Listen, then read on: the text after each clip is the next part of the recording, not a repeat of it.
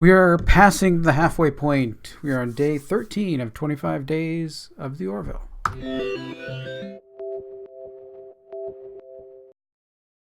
I think I have to watch how hard I beat on the keyboard to change scenes. So go from, that scene to that scene.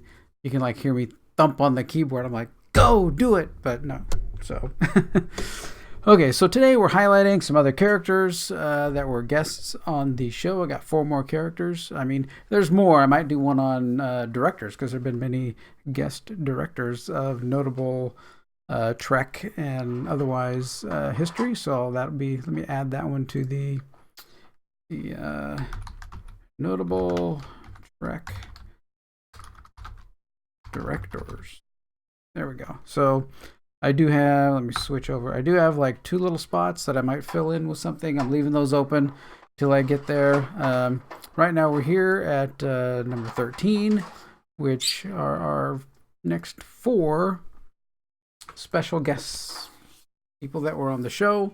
So Ron Kanata, who is no stranger to Trek and sci-fi, coming way down here.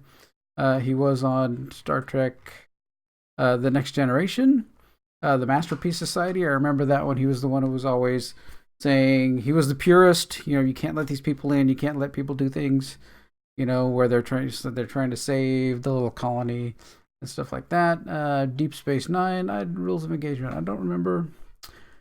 That's interesting because this is interesting. There's so many things that connect these characters today. Rules of Engagement, that's going to come into play later at one of our other characters that we're going to be highlighting here. And he was, of course, on Star Trek Voyager. So he's been around that. Stargate SG-1, another science fiction show. The Mentalist, I watched The Mentalist. That was a very good kind of the serial killer haunting one of the characters. I guess it's kind of like a small twist on the new show Prodigal Son. A little bit. They were chasing a serial killer, but now Prodigal Son is chasing a serial killer, and the one other main serial killer played by what's Sheen? Michael Sheen is the serial killer in prison who's trained the other serial killer at large, I think. So, similar thing. Of course, Ted 2 is obviously where we get a Seth MacFarlane connection. There may be other things, of course, but just have always loved Kanata. He's a great character actor, always been good doing solid things. I mean, look at this. Look what he's willing to do in Grimm. I watched Grimm all the time. That was a good show. You almost can't even tell it's him. So, okay. So next we're going to skip over here to Robert Picardo.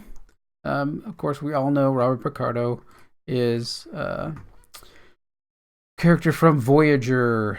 Had the holograph doctor, but he was in, I think this was an independent TV series thing, Star Trek Renegades. There was a pilot for it, and I guess it didn't get anywhere.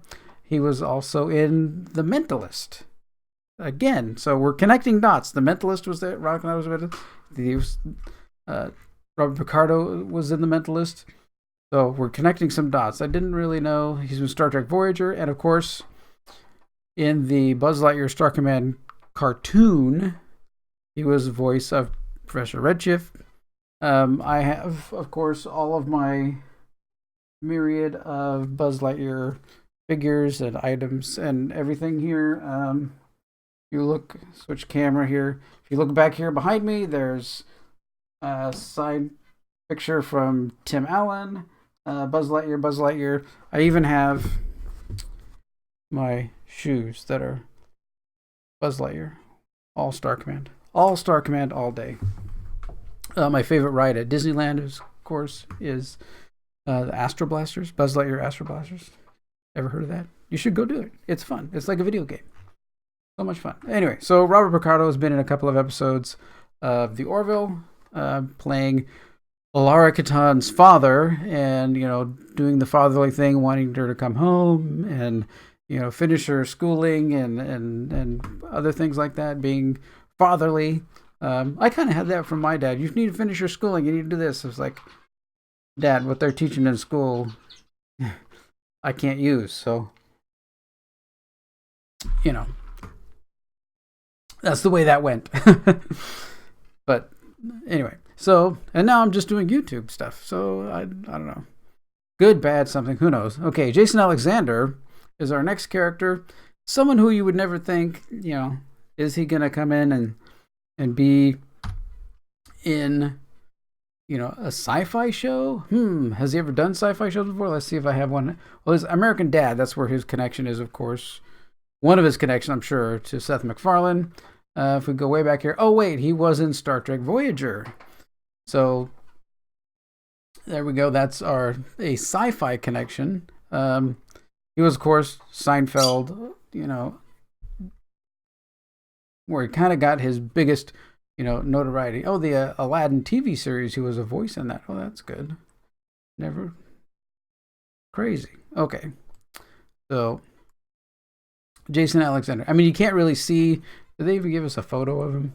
Because he's in the big outfit and everything else. I didn't clip photos of these guys. Wow, he's just everywhere. I don't know if they saved off a photo of him. Anyway, so lastly for today, we have one of my favorites, Patrick Warburton. He, of course, in the show played Lieutenant Thari, who had the big nose that came around and went back into his stomach. I don't know how you would get your shirt off unless your nose disconnects. I don't know. That made no sense at all. There must be a hidden zipper or something somewhere. He was, of course, Family Guy, Ted. There's Ted 2, all these things that he's been in that really connects him to Seth MacFarlane easily. But he was in a couple other shows, one called Crowded, which only had one season. It was good. I think it could have done a little bit better, but I mean, I went to a few of the in-studio audiences, and the cast really got along well. It was really good, but the biggest thing was his rules of engagement. I was in, let me see, 40. There's 100 episodes. I was in 44 of those 100 episodes studio audience. So they tell you it's a laugh track. It's not, because I was there laughing. But the one thing I always noticed about here's more things: Family Guy, Ted, different things that connect him to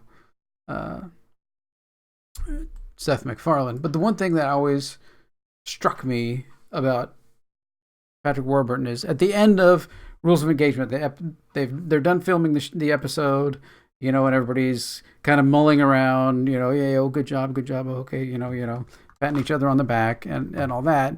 So you got David Spade and Fiona Kylick and Oliver Hudson, all these other people there. They all move to the back. So nobody can see them, nobody can engage with them, nobody can talk with them. Patrick Warburton, first thing he does is go right up to the railing, right up to where all the people are. And as many people that are there that want to be there and shake his hand and say, hi, great show, great whatever, or if they have something to autograph or sign or something, whatever it was, he would be there at the railing every single show. And he would be shaking every person's hand, signing every item that they wanted. He also has a charity event called the Warburton. It's a golf tournament. There are some events. It's of course expensive. It's star power expensive. But there's a night called the Rainy Palooza, which is basically 6 hours of music. And the tickets for these are $200 a person, so we've been able to go to a few of these and be able to meet and greet, a couple of stars and stuff with no security at all, but been able to talk to him, and I get my picture with him, every year. The hard part about getting pictures with stars is, and that you can get your picture with them, but then you need to be able to print the picture out and then go find them again and then have them autograph the picture. Well, I have that.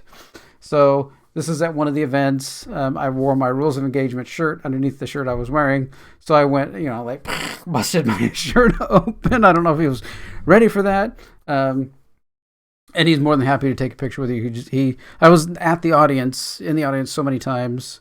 And since he's at the rail greeting everybody all the time,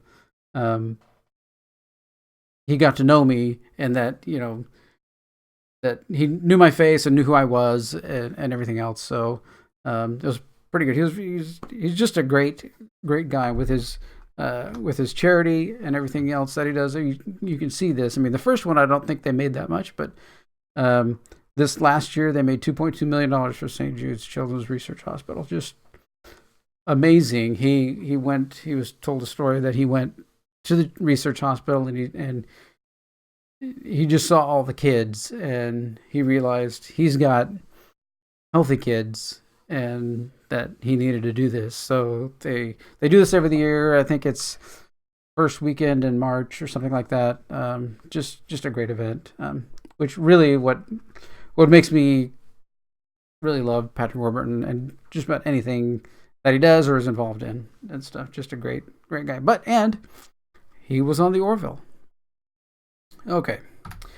So that's day 13 of the 25 days of Orville. A little extra on Patrick Warburton, but I think he's worth it.